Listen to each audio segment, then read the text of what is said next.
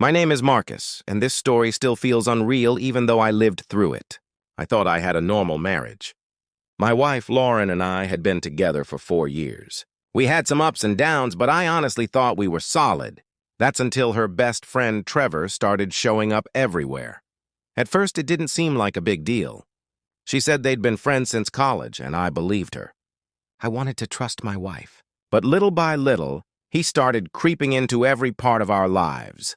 If we went out to eat, she'd send him pictures of the food. If we watched a movie, she'd text him about it right after. He even helped her pick outfits sometimes. It started to feel like I wasn't married to one person. I was married to a team. The bathroom incident one morning, I was taking a shower before work. Suddenly, the bathroom door opened. I thought it was Lauren coming to grab something, so I didn't think much of it. But then I heard a man's voice. "Hey!" Lauren said I could grab her laptop real quick, he said. It was Trevor. I froze. I shouted, "I'm in the shower!" He just said, "Oh, my bad, dude," and left like it was no big deal. That was it for me. When Lauren got home, I told her it wasn't okay. I said I wanted Trevor to stop coming over all the time, and especially not when I wasn't dressed. Instead of agreeing, she got defensive. She said, "He didn't mean anything by it. You don't need to act so jealous." I said, "I'm not jealous, I just want some boundaries." But she turned it into a huge fight. She said I hurt Trevor's feelings and that I owed him an apology. An apology? To him. I actually laughed at first. But she wasn't kidding. She wanted me to go to Trevor's house, in front of him and his wife, Clara, and apologize for overreacting. She even told me what to say, something like, "I'm sorry for being insecure, and I trust your friendship with my wife." That's when I realized this wasn't just about Trevor. It was about her wanting to prove she was right, no matter what. So, I agreed to apologize, but I knew I wasn't going there to apologize for what she thought.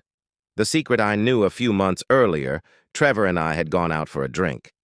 He'd gotten drunk and started talking too much. That's when he told me something I didn't expect. He said he was cheating on his wife, Clara, with a woman from his office named Jessica. He even bragged about it, like it was funny. The next day, he texted me, "Don't tell anyone about what I said, okay?" I saved the messages, so when Lauren pushed this whole apology idea, I decided it was time for Trevor to face some consequences. The dinner, the night came. Lauren looked so proud of herself, like she was about to prove how mature she and her best friend were. Trevor and Clara welcomed us in. Clara was her usual kind self. Trevor was smug, grinning like he was about to enjoy watching me eat my pride. We sat down and I started my apology. I said, "Trevor, I wanted to say sorry. I let jealousy get the best of me. You've been nothing but a great friend to Lauren." He nodded, satisfied. Lauren smiled and gave me a proud little squeeze on the arm.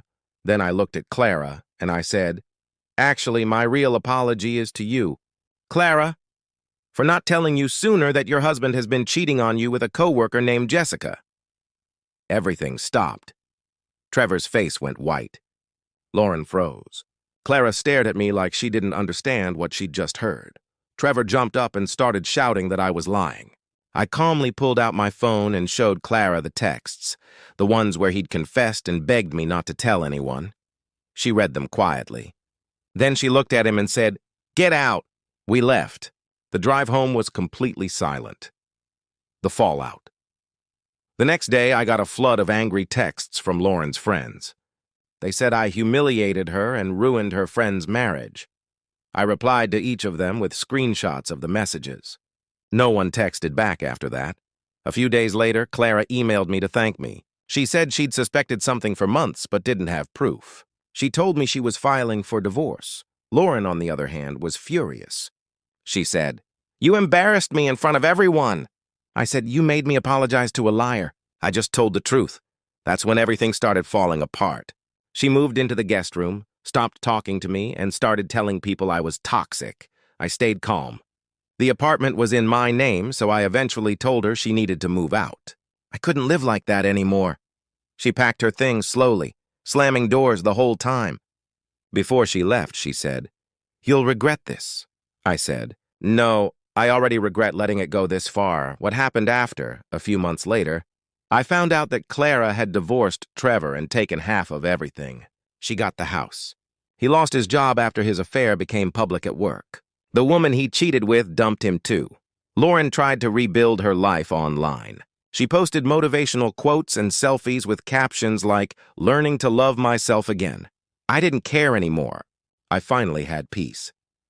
Then, about 6 months later, Clara messaged me and asked if I wanted to grab coffee. We met up, and it was surprisingly comfortable. We talked for hours, not about revenge or drama, just about life. We kept in touch after that. A few months later, we started seeing each other more seriously. We were both cautious at first, but it just felt natural. 1 year later, a year after everything happened, Trevor had completely disappeared from our circles.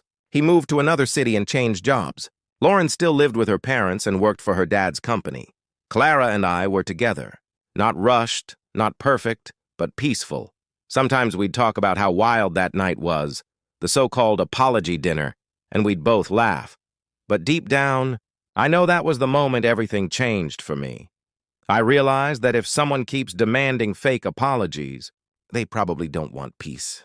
They just want control. So I stopped trying to please everyone. Now I just live honestly. No secrets, no pretending, and if I could go back, I wouldn't change a thing. Thanks for watching.